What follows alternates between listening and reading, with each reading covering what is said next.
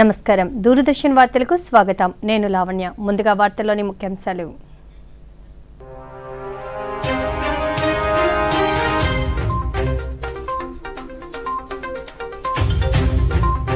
జార్ఖండ్లో ప్రధాని ఎన్నికల ప్రచారం రాష్ట్రాన్ని బలోపేతం చేసేందుకు కేంద్రం అన్ని చర్యలు తీసుకుంటుందన్న నరేంద్ర మోదీ ముఖ్యమంత్రి అధ్యక్షతన సిఆర్డీఏ సమావేశం ఎన్డీఏ కూటమి ప్రభుత్వం అధికారంలోకి వచ్చాక రాజధాని అమరావతి పనులు వేగవంతమయ్యాయన్న రాష్ట్ర పురపాలిక శాఖ మంత్రి కాకినాడ జిల్లాలో ఉప ముఖ్యమంత్రి పవన్ కళ్యాణ్ పర్యటన రాష్ట్రంలో పోలీసుల వైఖరి మారాలని సూచన రాష్ట్రంలో ఉల్లి రైతులు నష్టపోకుండా అన్ని చర్యలు తీసుకుంటామన్న మంత్రి రామానాయుడు ఉత్తరాఖండ్లో ఘోర రహదారి ప్రమాదం అదుపు తప్పి లోయలో పడిన బస్సు 36 మంది మృతి ఘటన పట్ల ప్రధాని దిగ్భ్రాంతి జార్ఖండ్లోని ఆదివాసీ సమాజపు కలలను నిజం చేసేందుకు బీజేపీ ఎల్లప్పుడూ కృషి చేస్తుందని ప్రధానమంత్రి నరేంద్ర మోదీ అన్నారు. ఆదివాసీల సంస్కృతి ఆచారాలు విభిన్నమైనవి. వాటి పరిరక్షణకు ఆ సమాజానికి సమున్నత స్థానం కల్పించేందుకు ఛత్తీస్గఢ్, జార్ఖండ్ వంటి రాష్ట్రాలను ఏర్పాటును బీజేపీ సాధ్యం చేసిందన్నారు. జార్ఖండ్లో ఎన్నికల ర్యాలీలో ప్రధాని మాట్లాడుతూ గడిచిన 10 ఏళ్లలో గిరిజనుల అభివృద్ధికి పలు సంక్షేమ పథకాలు అమలు చేశామన్నారు. దేశ స్వాతంత్ర్య పోరాటంలో వారి పాత్రను గుర్తు చేసుకుంటూ రాంచీలో బిర్సా ముండా మ్యూజియం ఏర్పాటుతో పాటు బిర్సా ముండా జయంతిని తన జాతీయ గౌరవ దివాస్గా జరుపుకుంటున్నామన్నారు. రానున్న కాలంలో జార్ఖండ్ అభివృద్ధి దేశాభివృద్ధిలో కీలక పాత్ర కానుందని ప్రధాని పేర్కొన్నారు. अटल जी देश के प्रधानमंत्री बने तब जाकर के आदिवासी समाज को अलग राज्य मिले. छत्तीसगढ़ और झारखंड ये 2 राज्य बनाने का सौभाग्य भाजपा को ही मिला है. बीते दशक में हमने आदिवासी समाज के योगदान को देश दुनिया के सामने रखने के लिए अनेक कदम उठाए हैं. रांची में धरती आबा बिरसा मुंडा का इतना भव्य संग्रहालय बनाया है. हमने ही भगवान बिरसा मुंडा के जन्म दिवस को जनजातीय गौरव दिवस घोषित किया है. और इस बार तो 15 नवंबर से धरती आबा की 150वीं जन्म जयंती के उत्सव शुरू होने वाले हैं. आने वाले 2 सालों तक ये उत्सव देश के हर कोने में चलेगा, पूरे देश भर में चलेगा. आदिवासी समाज के एक सपूत ने देश के लिए कितना बड़ा योगदान किया इससे జార్ఖండ్ డబుల్ ఇంజిన్ ప్రభుత్వం అధికారంలోకి వస్తే అభివృద్ధి కూడా రెట్టింపు వేగంతో దూసుకుపోతుందని ప్రధానమంత్రి నరేంద్ర మోదీ పేర్కొన్నారు. గడవాలో ఈ రోజు జరిగిన ఎన్నికల ప్రచార సభలో మోదీ మాట్లాడుతూ జార్ఖండ్లో మెరుగైన సౌకర్యాలు, రైతుల సంక్షేమం, రాష్ట్రంలో పరిశ్రమల ప్రతిష్టకు కేంద్ర ప్రభుత్వం అన్ని ప్రయత్నాలు చేస్తున్నప్పటికీ జేఎంఎం ప్రభుత్వం మోకాలడ్డుతుందని అన్నారు. డబుల్ ఇంజిన్ ప్రభుత్వం అధికారంలోకి వస్తే అభివృద్ధి కూడా రెట్టింపు వేగంతో దూసుకు వెళ్తుందన్నారు.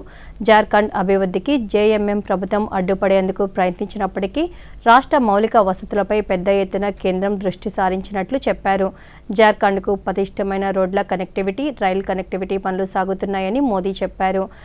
జగదీశ్పూర్, హాల్దీరాయా, బొకారో గ్యాస్ పైప్లైన్లతో రాష్ట్ర ప్రజలకు తక్కువ ధరకు గ్యాస్ అందుబాటులోకి వస్తుందన్నారు. రాష్ట్రాన్ని బలోపేతం చేసేందుకు కేంద్రం అన్ని చర్యలు తీసుకుంటుందన్నారు.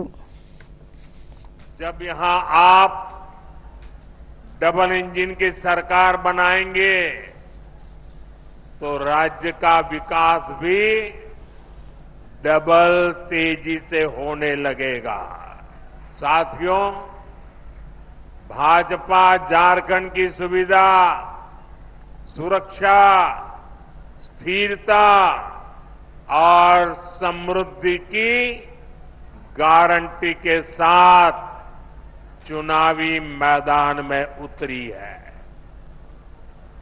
मैं झारखंड भाजपा को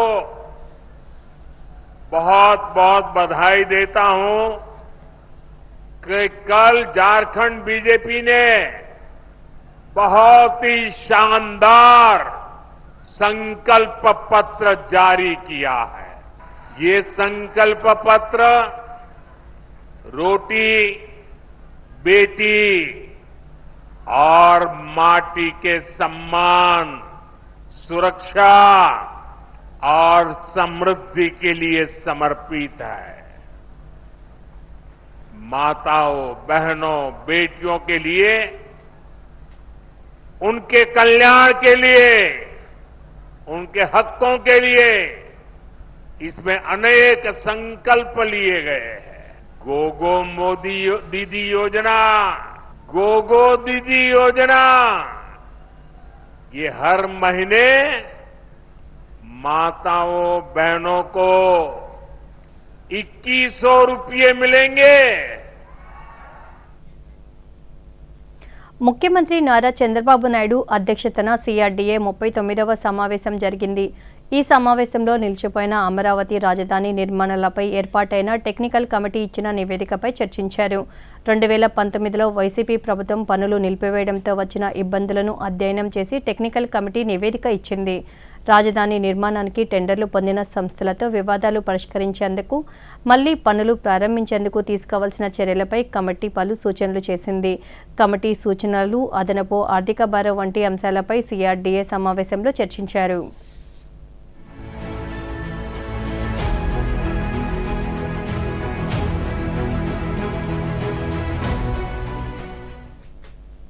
రాష్ట్ర ప్రభుత్వం నూతనంగా తీసుకువస్తున్న క్రీడా విధానంపై ముఖ్యమంత్రి చంద్రబాబు నాయుడు సచివాలయంలో ఈరోజు సమీక్ష నిర్వహించారు. అన్ని రాష్ట్రాల కంటే మిన్నగా ఆంధ్రప్రదేశ్ క్రీడా పాలసీ ఉంటుందన్నారు. అందరికీ క్రీడలు అనే విధానంతో తీసుకువచ్చిన పాలసీపై అధికారులతో చర్చించారు. రాష్ట్రాన్ని క్రీడా కేంద్రంగా మార్చేందుకు 4 మిషన్ ఆబ్జెక్ట్స్తో పాలసీని సిద్ధం చేశామన్నారు.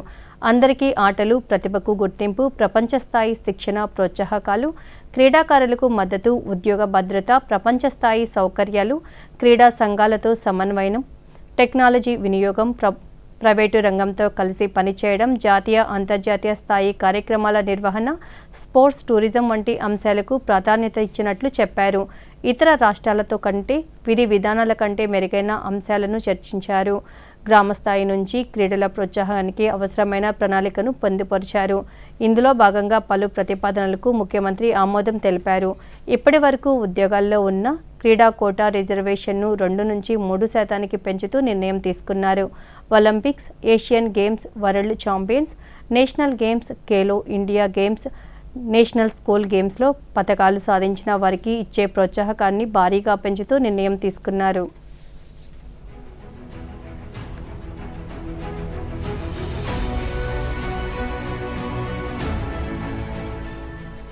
రాష్ట్ర ముఖ్యమంత్రి చంద్రబాబు నాయుడు ప్రజల సంక్షేమంతో పాటు పార్టీ కార్యకర్తల సంక్షేమానికి కూడా కృషి చేస్తున్నారని చిత్తూరు పార్లమెంట్ సభ్యులు దగ్గు ముళ్లప్రసాదరావు తెలిపారు. జిల్లాలోని కుప్పం, శాంతిపురంలో పర్యటించిన ఎంపీ దూరదర్శన్తో మాట్లాడుతూ రానున్న 15 రోజుల్లో పార్లమెంట్ నియోజకవర్గ పరిధిలో 10 లక్షల సభ్యత్వ నమోదు జరిగేలా చూస్తామన్నారు. టీడీపీ సభ్యులకు ఇన్సూరెన్స్ను కల్పిస్తుందన్నారు. నియోజకవర్గానికి 2 మండలాలు విజిట్ చేయడం జరిగింది. ఇలా సభ్యత్వ నమోదు కార్యక్రమం గత 4-5 రోజులుగా నడుస్తుంది. మా పార్లమెంట్ కాన్స్టిట్యూన్స్ అన్నింటిలో, పోతలపట్ల కానీ, తర్వాత చిత్తూరులో కానీ, చంద్రగిరిలో, నగరిలో అన్నింటిలో జరిగింది. ఈ రోజు అదే సభ్యత్వ నమోదు కార్యక్రమం అవేర్నెస్ ప్రోగ్రామ్ క్రియేట్ చేయడానికి ఇక్కడికి వచ్చాం. శాంతిపురం తర్వాత అటెండ్ అయ్యారు. ప్రజలందరూ బాగా ఉత్సాహంగా ఉన్నారు. వాళ్ళందరూ కూడా సభ్యత్వం చేసుకోవాల్సిన ప్రాముఖ్యత గురించి చెప్పడం జరిగింది. ఈ Telugu Desam party structure wise one of the best structured party. NDA కూటమి ప్రభుత్వం అధికారంలోకి వచ్చిన తర్వాత రాజధాని అమరావతి పనులను వేగవంతం చేశామని రాష్ట్ర పురపాలిక శాఖ మంత్రి పి నారాయణ తెలిపారు. సచివాలయంలో ముఖ్యమంత్రి చంద్రబాబు నాయుడు నిర్వహించిన సిఆర్డీఏ సమావేశం అనంతరం మంత్రి మీడియాతో మాట్లాడుతూ గత ప్రభుత్వం రాజధాని పేరుతో రాష్ట్రాన్ని ముక్కలు చేస్తూ ఇష్టానుసారం వ్యవహరించిందని అన్నారు. ప్రపంచంలోని 5 ముఖ్యమైన నగరాల్లో ఒకటిగా అమరావతి నిలిచేలా కూటమి ప్రభుత్వం చర్యలు తీసుకుంటున్నట్లు తెలిపారు. 3 ఏళ్లలో పనులు పూర్తి కావాలని ముఖ్యమంత్రి ఆదేశించినట్లు తెలిపారు. ప్రపంచ బ్యాంకు 15,000 కోట్ల రూపాయల రుణం ఇస్తుందని, మంత్రులు, జడ్జిలు, ఇతర బంగ్లాలకు 41,000 కోట్ల టెండర్లు పిలుస్తామని తెలిపారు. నీరుకొండ, కృష్ణాయపాలెం, శాఖమూరి వద్ద రిజర్వాయర్ నిర్మాణం చేపడతామని, ఉండవల్లి వద్ద 7,350 క్యూసెక్ల పంపింగ్ చేసేలా ఏర్పాట్లు చేస్తామని తెలిపారు. 1,000 కోట్ల టెండర్స్ని యాక్చువల్గా పిలవటం, అందులో 38,000 కోట్ల టెండర్లని యాక్చువల్గా ఇవ్వటం, వర్క్ కూడా స్టార్ట్ చేయడం జరిగింది. అయితే గత ప్రభుత్వం ముఖ్యమంత్రిగా ఉన్న జగన్మోహన్ రెడ్డి గారు 3 ముక్కలాట ఆడి రాజధానిని ఒక 3 ముక్కలాటగా చేసి ఆ వర్షన్ని ఆపేయటం జరిగింది, మీకు అందరికీ తెలిసిందే. అయితే మళ్ళీ ఈ ప్రభుత్వం వచ్చిన తర్వాత తెలుగుదేశం ప్రభుత్వం ఎన్ఈడి గవర్నమెంట్ మళ్ళీ రాజధానిని నిర్మిస్తానని ఎలక్షన్ ముందు హామీ ఇవ్వటం, ఆ నేపథ్యంలో జూలై 24వ తేదీన ఒక సాంకేతిక కమిటీని వేసాం చీఫ్ ఇంజనీర్లతో.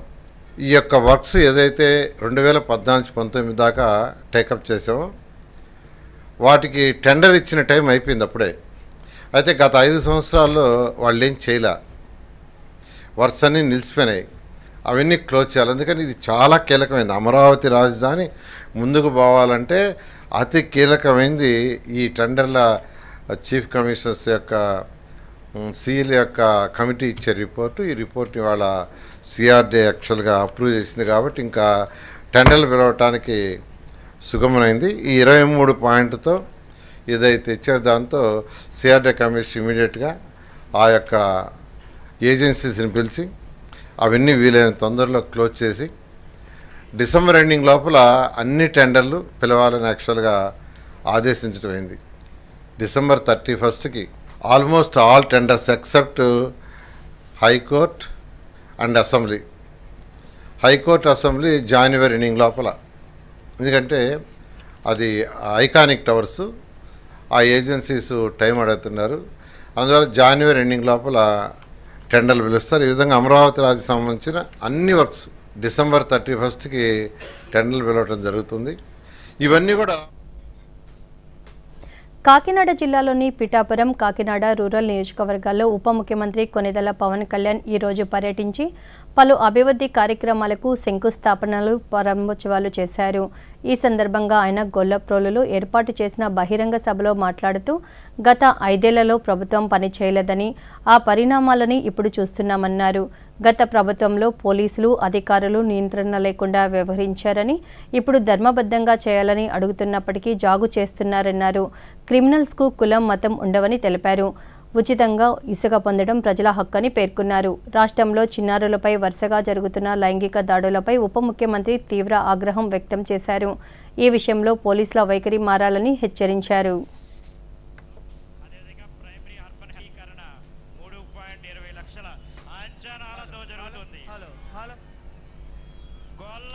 భవిష్యత్తులో దీన్ని ఒక మోడల్ నియోజకవర్గంగా దీన్ని తీర్చిదిద్దుతామని, దాంట్లో భాగంగానే ఈ రోజున పిఠాపురం అభివృద్ధి ఎలా ఉండాలి దీని మీద ఒక మాస్టర్ ప్లాన్ చేస్తా ఉన్నాం.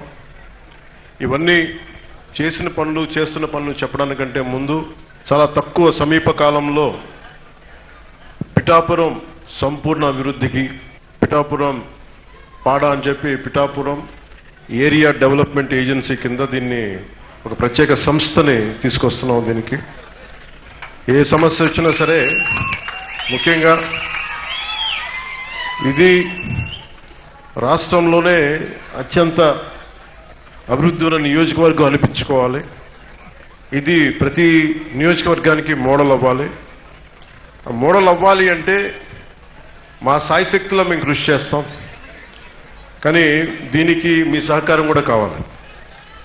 ఈరోజు సైన్స్ ల్యాబ్ని కలెక్టర్ గారు ఇనిషియేటివ్ తోటి పిల్లలకి ముఖ్యంగా నేను అడిగింది బేసిక్స్తో ప్రారంభించాం. ఫస్ట్ ముందు రోడ్ల మీద తిరిగితే చెత్త ఉండకూడదు, అలాగే స్కూల్స్ పిల్లలకి వెళ్తే గ్రౌండ్స్ బాగుండాలి, కనీసం తాగడానికి పరిశుభ్రమైన నీళ్లు ఉండాలి. స్కూల్ పిల్లలకి తాగడానికి నీళ్లు లేవు, సరైన నీళ్లు లేని పరిస్థితి. ఇవన్నీ నా దృష్టిలో ఉన్నాయి చాలా సంవత్సరాల నుంచి. వార్తలు చిన్న విరామం. తొందరగా టిఫిన్ ప్యాక్ చేయండి. రాజు, మొబైల్ వదిలేయ్. అక్క, బ్యాంక్ నంబర్ కావాలి. రిఫండ్ రాలేదు. దొరికింది. ఇప్పుడే కాల్ చేస్తానక్క. నెంబర్ గురించి తెలుసుకోకుండా తరచూ మోసగాళ్లు నకిలీ బ్యాంక్ వెబ్సైట్ మరియు మోసపూరిత నెంబర్లతో డబ్బు కాజేస్తారు. మరైతే సరైన నంబర్ బ్యాంక్ అఫీషియల్ వెబ్సైట్ లేదా కార్డ్ పైన. మీరు నన్ను కాపాడారక్క. పని నుండి కాదు. చేస్తాను. ఆర్బీఐ చెబుతుంది, సరైన ఆర్థిక వ్యవహారమే మిమ్మల్ని కాపాడుతుంది. వార్తలకు తిరిగి స్వాగతం. అభివృద్ధి సంక్షేమమే లక్ష్యంగా కూటమి ప్రభుత్వం పనిచేస్తుందని రాష్ట్ర హోంమంత్రి వంగలపూడి అనిత అన్నారు. తిరుమల శ్రీవారిని ఈరోజు వీఐపీ విరామ సమయంలో దర్శించుకున్నారు. దర్శనానంతరం రంగనాయకుల మండపంలో పండితులు వేదాశీర్వచనాలు అందించగా ఆలయ అధికారులు తీర్థప్రసాదాలు అందజేశారు. అనంతరం ఆలయం వెలుపల మంత్రి మీడియాతో మాట్లాడుతూ ఎన్డీఏ కూటమి ప్రభుత్వం అధికారంలోకి వచ్చిన 130 రోజుల్లోనే సంక్షేమ పథకాలను అర్హులందరికీ అందిస్తున్నట్లు చెప్పారు.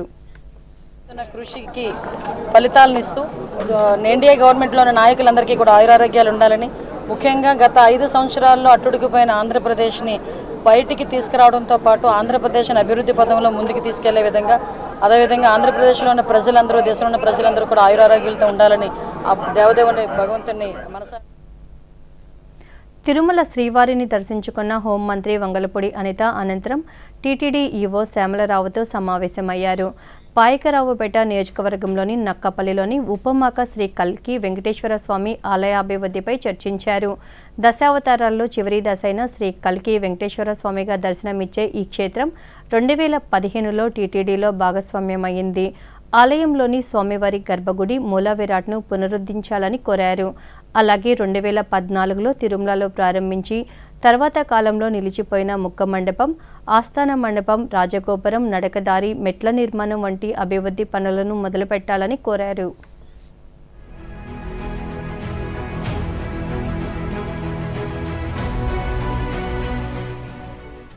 అందరి భాగస్వామ్యంతో ప్రకాశం జిల్లా అభివృద్ధికి కృషి చేస్తామని ఆ జిల్లా ఇన్ఛార్జ్ మంత్రి ఆనం రామనారాయణ రెడ్డి తెలిపారు. ఒంగోలు కలెక్టరేట్లో మంత్రి అధ్యక్షతన జిల్లా సమీక్షా మండలి సమావేశం నిర్వహించారు. ఈ సందర్భంగా మంత్రి మాట్లాడుతూ జిల్లాలో ఇరిగేషన్ ప్రాజెక్టుపై చర్చించామని, వెలుగొండ ప్రాజెక్టు వీలైనంత త్వరగా పూర్తి చేస్తామని, ఒంగోలు జాతి పశువుల అభివృద్ధికి చర్యలు తీసుకుంటామన్నారు. ప్రతి మండలానికి 50 గోకులాలను మంజూరు చేస్తామని మంత్రి ప్రకటించారు. జిల్లా అభివృద్ధిలో రాజకీయాలకి సంబంధం లేదు. రాజకీయాలకు అతీతంగానే ఈ యొక్క డిఆర్సి సమావేశం ఉంటుంది.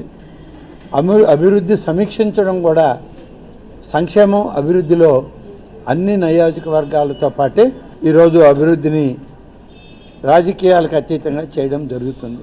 ముఖ్యంగా ఇరిగేషన్ ప్రాజెక్టుల గురించి చర్చించాం.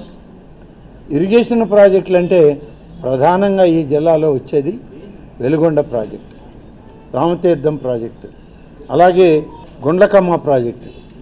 ఇలాంటి అన్ని ప్రాజెక్టుల్లో శాసనసభ్యులు మాట్లాడడం, వీటిని ఇంప్రూవ్ చేయడానికి ఎలా, ఇవన్నీ కూడా చెప్పారు. కృష్ణా జిల్లా మచిలీపట్నంలో 9 ప్రధాన రహదారులపై ఉన్న గుంటలను పూడ్చే పనులను రాష్ట్ర మంత్రులు సుభాష్ కొల్లు రవీంద్ర, పార్లమెంట్ సభ్యులు వల్లభనేని బాలశౌరిలు ప్రారంభించారు. ఈ సందర్భంగా ఎంపీ బాలశౌరి మాట్లాడుతూ గ్రామీణ ప్రాంతాల నుంచి పట్టణానికి వచ్చే రహదారుల నిర్మాణానికి ఎన్ఆర్ఈజీఎస్ నిధులతో పాటు మచిలీపట్నం పార్లమెంట్ పరిధిలో రహదారుల అభివృద్ధికి కేంద్రం నిధులను కేటాయించిందన్నారు. మంత్రి కొల్లు రవీంద్ర మాట్లాడుతూ కృష్ణా జిల్లా వ్యాప్తంగా 33 కోట్ల రూపాయలతో ప్రధాన రహదారులలో డ్యామేజ్ అయిన రోడ్లను మరమ్మతుకు రాష్ట్ర ప్రభుత్వం కేటాయించిందన్నారు. రోడ్ల పరిస్థితి చాలా దారుణంగా ఉంది. నాకు తెలిసి ఆంధ్రప్రదేశ్ అవతరించిన తర్వాత ఇంత దారుణమైనటువంటి రోడ్లు ఇంతవరకు మనం ఎప్పుడు చూడలేదు. మరి దాన్ని దృష్టిలో పెట్టుకొని కూటమి ఎన్నికలకు ముందు మనం హామీ ఇచ్చాం. అటు పవన్ కళ్యాణ్ గారు కానివ్వండి, ఇటు చంద్రబాబు నాయుడు గారు కానివ్వండి, అలాగా బీజేపీ కానీ, మన కూటమి యొక్క లక్ష్యం గుంతలు లేనటువంటి రోడ్లు మనం చూడాలి అనేటువంటి లక్ష్యం. ఆ లక్ష్యంతో ఈరోజు మొదటిగా మరి దాదాపుగా ఈ రోడ్లన్నింటినీ కూడా మనం బాగు చేసుకుంటా ఉన్నాం. టోటల్గా బడ్జెట్గా 826 కోట్లు, ఫేస్ వారీగా రాష్ట్ర వ్యాప్తంగా అన్నింటినీ కూడా మరి ఈ రోడ్లు బాగు చేయాలనేటువంటి ఉద్దేశం. 58 కోట్ల రూపాయలు ఎప్పుడు మనం ఉద్యోగాలన్నింటినీ బిడ్డ కట్టాం. తర్వాత బందర్ నుంచి చిన్నాపురం వరకు సింగిల్ రోడ్ నుండి డబుల్ రోడ్ చేశాం. ఆ బ్రిడ్జ్ ఓపెనింగ్ సందర్భంలో చంద్రబాబు నాయుడు గారిని చిన్నాపురం దగ్గర నుంచి ఆ కొత్త బ్రిడ్జ్ వరకు కూడా రోడ్డు కావాలని చెప్పి అయితే తప్పకుండా ఇస్తున్నారు. రాష్ట్రంలో ఉల్లి రైతుకు ఒక్క రూపాయి కూడా నష్టం జరగకూడదని రాష్ట్ర జలవనరుల శాఖ మంత్రి నిమ్మల రామానాయుడు అన్నారు. వినియోగదారుడికి భారం కాకుండా మేలు జరిగేలా ఎన్డీఏ కూటమి పనిచేస్తుందని చెప్పారు. మంత్రి టీజీ భరత్తో కలిసి కర్నూలులోని ఉల్లి మార్కెట్ను ఈరోజు ఆయన తనిఖీ చేశారు. అనంతరం నిమ్మల రామానాయుడు మాట్లాడుతూ ఈ నామ్ బిడ్డింగ్స్ పనిచేయని సందర్భంగా వెంటనే ఆఫ్లైన్లో నమోదు చేసేలా ఏర్పాట్లు చేశామన్నారు. గత ఏడాది అక్టోబర్లో మార్కెట్కు 52,000 టన్నుల ఉల్లి వస్తే ప్రస్తుతం దానికి 4 రెట్లు అధికంగా 2.5 లక్షల టన్నుల ఉల్లి వచ్చిందన్నారు. దిగుబడి ఇంత అధికంగా వచ్చినా గత వైసీపీ పాలనలో ధరల కంటే ఎక్కువ ధరను రైతులు పొందారని వివరించారు. గత ప్రభుత్వం నీటిపారుదల శాఖను పట్టించుకోలేదని, దళారులు సిండికేట్ కాకుండా కోడుమూరులో కూడా ఉల్లి మార్కెట్ను అభివృద్ధి చేస్తున్నట్లు నిమ్మల రామానాయుడు ప్రకటించారు. ఎన్డీఏ ప్రభుత్వం పనిచేస్తూ ఉంది. ఏదైతే ఈ యొక్క కర్నూలు ఉల్లి మార్కెట్ గురించి మరి గత 10 రోజులుగా ఏదైతే మీడియాలో కూడా ఈ ఉల్లి మీద వచ్చినటువంటి కథనాలను కూడా ఎప్పటికప్పుడు మేము కూడా పరిశీలిస్తూ కలెక్టర్ గారితో, గౌరవ మంత్రివర్యులతోటి, అదేవిధంగా ఇక్కడ సెక్రటరీ గారితో కూడా మాట్లాడుతూ ఉన్నాం. ఏదైతే గత నెల ఒక 6 రోజులు మరి ఏదైతే గవర్నమెంట్ ఆఫ్ ఇండియా ఇనామ్ ఏదైతే పోర్టల్ ఉందో అది టెక్నికల్గా సాంకేతికంగా సమస్యలు రావడంతో కొన్ని ఇబ్బందులు వచ్చినాయి. అప్పటికప్పుడే ప్రభుత్వం ఇచ్చినటువంటి ఆదేశాల ప్రకారం ఆన్లైన్ పనిచేయలేనటువంటి స్థితిలో ఆఫ్లైన్లో కూడా రైతులకు ఇబ్బంది లేకుండా కొనుగోళ్లు చేయమని ఇచ్చిన రాష్ట్రాన్ని అన్ని రంగాల్లో అగ్రగామి రాష్ట్రంగా, దేశంలో నెంబర్ 1 రాష్ట్రంగా తీర్చిదిద్దేందుకు కూటమి ప్రభుత్వం కృషి చేస్తుందని రాష్ట్ర మహిళా శిశు సంక్షేమం, గిరిజన సంక్షేమ శాఖ మంత్రి గుమ్మిడి సంధ్యారాణి పేర్కొన్నారు. శ్రీకాకుళంలో ఈరోజు ఆమె మాట్లాడుతూ ముఖ్యమంత్రి నారా చంద్రబాబు నాయుడు పాలనా దక్షతకు ప్రజలు నీరాజనాలు పడుతున్నారని పేర్కొన్నారు. గడిచిన 4 నెలల పాలనలో అభివృద్ధి సంక్షేమ కార్యక్రమాలు అమలు చేసి రాష్ట్ర ప్రజల హృదయాల్లో సుస్థిర స్థానం సంపాదించుకున్నారని కొనియాడారు. డోలీ సంస్కృతికి స్వస్తి చెప్పాలనే ఉద్దేశంతో కేంద్ర రాష్ట్ర ప్రభుత్వాలు ఆర్థిక సాయాన్ని తీసుకొని 350 కోట్లతో గిరిజన గ్రామాలను కలుపుతూ అనుసంధాన రోడ్లు వేస్తున్నామని తెలిపారు. ఈ రహదారులు అత్యవసర పద్ధతిలో ఏర్పాటు చేస్తూ గిరిజన ప్రాంతాల అభివృద్ధికి బాటలు వేస్తున్నామని మంత్రి స్పష్టం చేశారు.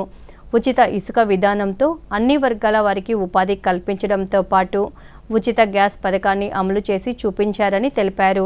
రాష్ట్రంలో కొత్తగా 186 అంగన్వాడీ కేంద్రాలు ఏర్పాటు చేశామని చెప్పారు. అంగన్వాడీ కేంద్రాలకు అన్ని రకాల మౌలిక వసతులు కల్పిస్తున్నామని చెప్పారు. మహోన్నత వ్యక్తిగా ఆయన అందరూ మనసులో కొలుచుకుంటున్నారు. ముఖ్యంగా ఉమెన్ అండ్ చైల్డ్ వెల్ఫేర్లో అంగన్వాడీ సెంటర్స్కి ఈరోజు బిల్డింగ్లు శాంక్షన్ చేశారు. అలాగే ఎన్నో ఏళ్లుగా త్రాగునీరు, మరుగుదొడ్ల సదుపాయం లేని అంగన్వాడీ సెంటర్స్ అన్నిటికీ ప్రజెంట్ ఈరోజు 186 శాంక్షన్ అయ్యాయి. అలాగే అందరికీ తాగునీరు, అందరికీ టాయిలెట్స్, ఆ కొత్త అంగన్వాడీ సెంటర్లు 186 శాంక్షన్ అయ్యాయి. అలాగే ఇంకా ఎస్టీస్ విషయానికి వస్తే ఎక్కడెక్కడైతే కనెక్టివిటీ రోడ్స్ లేవో ఆ కనెక్టివిటీ రోడ్స్ అన్నీ కూడా దాదాపు 300. ఎన్టీఆర్ జిల్లా ఇబ్రహీంపట్నం మండలం మూలపాడు గ్రామంలోని doctor Gokaraju Laila Gangaraju ACA cricket స్టేడియాన్ని ఈరోజు విజయవాడ పార్లమెంట్ సభ్యులు కేశినేని శివనాథ్ సందర్శించారు. ఏసీఏ తరపున మూలపాడులో సెంటర్ ఫర్ ఎక్సలెన్స్ ద్వారా ఏడాదిలోపు క్రికెట్ అకాడమీ ఏర్పాటు చేస్తామని తెలిపారు. ఈ క్రికెట్ మైదానంలోని 2వ గ్రౌండ్ నెల రోజుల్లో అందుబాటులోకి వస్తుందని పేర్కొన్నారు. ఐపీఎల్, ఏపీఎల్ రావడం వల్ల క్రికెట్లో క్రీడాకారులకి చాలా అవకాశాలు వచ్చాయన్నారు. గ్రామీణ ప్రాంతంలోని క్రికెట్ క్రీడాకారులను వెలికి తీయడానికి ఏసీఏ కృషి చేస్తుందని తెలిపారు. 175 నియోజకవర్గాల్లో క్రికెట్ గ్రౌండ్స్ లేని గ్రామీణ ప్రాంతాలలో ఏసీఏ తరపున మైదానాలు ఏర్పాటు చేయడానికి ప్రణాళికలు సిద్ధం చేసినట్లు తెలిపారు. రాబోయే 4 ఏళ్లలో 175 నియోజకవర్గాల్లో ఏ రాష్ట్రంలో లేని విధంగా సెంటర్ ఫర్ ఎక్సలెన్స్ క్రికెట్ అకాడమీలు ఏర్పాటు చేస్తామన్నారు. త్వరలో మూలపాడు గ్రామానికి మంచి రోజులు రాబోతున్నాయని, పరిస్థితులు అనుకూలిస్తే గోల్ఫ్ కోర్స్ వచ్చే అవకాశం ఉందని, రాజధాని ప్రాంతంలో మంగళగిరి, మూలపాడులలో 2 క్రికెట్ స్టేడియంలు ఉండడం ఆనందంగా ఉందని ఎంపీ తెలిపారు.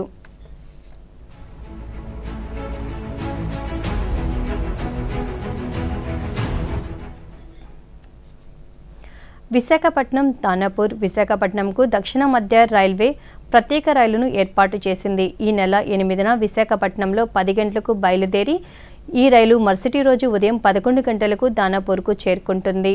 దానాపూర్లో 9వ తేదీ మధ్యాహ్నం 12 గంటల 30 నిమిషాలకు బయలుదేరి మరుసటి రోజు మధ్యాహ్నం 12 గంటల 55 నిమిషాలకు శ్రీకాకుళం చేరుకొని తిరిగి విశాఖకు 3 గంటల 45 నిమిషాలకు చేరుకుంటుంది.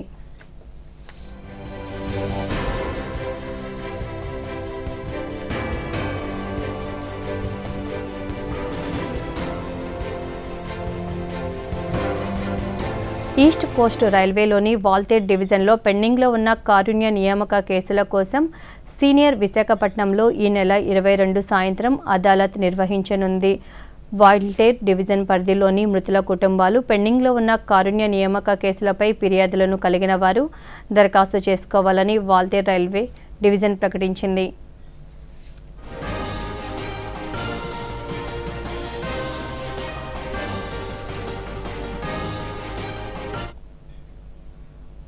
ఉత్తరాఖండ్లో ఘోర ప్రమాదం చోటు చేసుకుంది. పౌరీ జిల్లాలోని నైనిదండ నుంచి నైనితాల్లోని రామ్నగర్కు వెళ్తున్న ఓ బస్సు ఆల్మోరా వద్ద అదుపు తప్పి లోయలో పడటంతో ఈ ప్రమాదం చోటు చేసుకుంది. ఈ ఘటనలో 36 మంది ప్రయాణికులు మృతి చెందగా మిగిలిన వారు తీవ్రంగా గాయపడినట్లు పోలీసులు వెల్లడించారు. సామర్థ్యానికి మించి ప్రయాణికులకు బస్సులో ఉండడంతో లోయలో పడి ఉంటుందని పోలీసులు అనుమానం వ్యక్తం చేస్తున్నారు. సహాయక చర్యలు ఇంకా కొనసాగుతున్నాయని క్షతగాత్రులను ఆసుపత్రికి తరలించి చికిత్స అందిస్తున్నట్లు పేర్కొన్నారు. కాగా ఘటనపై ప్రధానమంత్రి నరేంద్ర మోదీ దిగ్భ్రాంతి వ్యక్తం చేశారు. మృతుల కుటుంబాలకు ఒక్కొక్కరికి 2 లక్షలు, క్షతగాత్రులకు 50,000 చొప్పున ప్రధానమంత్రి సహాయ నిధి నుంచి ఆర్థిక సాయం అందజేస్తామని ప్రకటించారు. ఉత్తరాఖండ్ ముఖ్యమంత్రి పుష్కర్ సింగ్ ధామీ ఈ ఘటన పట్ల తీవ్ర దిగ్భ్రాంతి వ్యక్తం చేశారు. వేగంగా సహాయక చర్యలు చేపట్టాలని అధికారులను ఆదేశించారు. తీవ్రంగా గాయపడిన ప్రయాణికులను ఎయిర్ లిఫ్ట్ చేయాలని సూచించారు. రాష్ట్ర ప్రభుత్వం తరపున మృతుల కుటుంబాలకు ఒక్కొక్కరికి 4 లక్షల రూపాయలు, గాయపడిన వారికి 1 లక్ష చొప్పున ఆర్థిక సాయం ప్రకటించారు.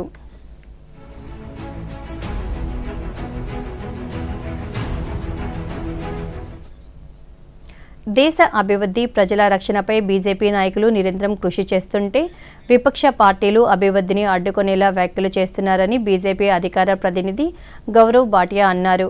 కొత్త ఢిల్లీలో ఆయన మీడియాతో మాట్లాడుతూ జార్ఖండ్ ఎన్నికల ప్రచారంలోనే బీజేపీ విజయం సాధిస్తుందన్న సంకేతాలు స్పష్టంగా రావడంతో ప్రతిపక్షాలు బీజేపీపై అసత్యాలను ప్రచారం చేస్తున్నారన్నారు. चलते हुए विकास की बात कर रही है, देश को, प्रदेश के निवासियों को जोड़ने की बात कर रही है. दूसरी तरफ विपक्ष का एक ही मकसद है और वो मकसद है पहले बांटो, उसके बाद जो घुसपैठिए घुस जाए वो काटे. और झारखंड 2030 నాటికి 500 గిగావాట్ల పునరుత్పాదక ఇంధన సామర్థ్యాన్ని సాధించాలనే లక్ష్యంతో భారతదేశం కలిగి ఉందన్నారు. కొత్త ఢిల్లీలోని భారత మండపంలో ప్రారంభమైన ఇంటర్నేషనల్ సోలార్ అలయన్స్ అసెంబ్లీ 7వ సెషన్లో మంత్రి మాట్లాడుతూ న్యూఢిల్లీలో 37.5 గిగావాట్ల పునరుత్పాదక సామర్థ్యంతో 50 సోలార్ పార్కులను ప్రభుత్వం ఆమోదం తెలిపిందని తెలిపారు. ప్రపంచవ్యాప్తంగా సోలార్ పెట్టుబడులు 2018లో 144 బిలియన్ల నుండి 2023లో $393 బిలియన్ పెరిగాయని, అయితే అవి 2024 చివరి నాటికి $500 బిలియన్ చేరుకుంటాయని అంచనా వేస్తున్నట్లు చెప్పారు.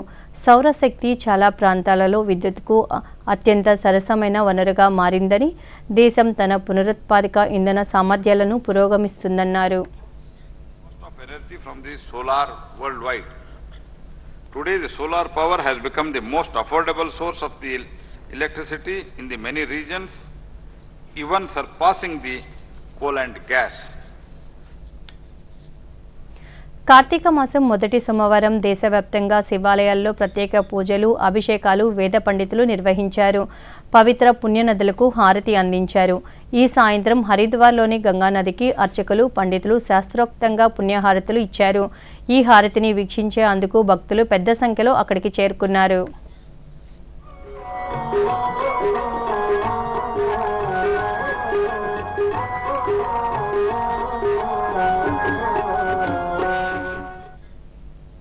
ఈ వార్తలు ఇంతటితో సమాప్తం. నమస్కారం.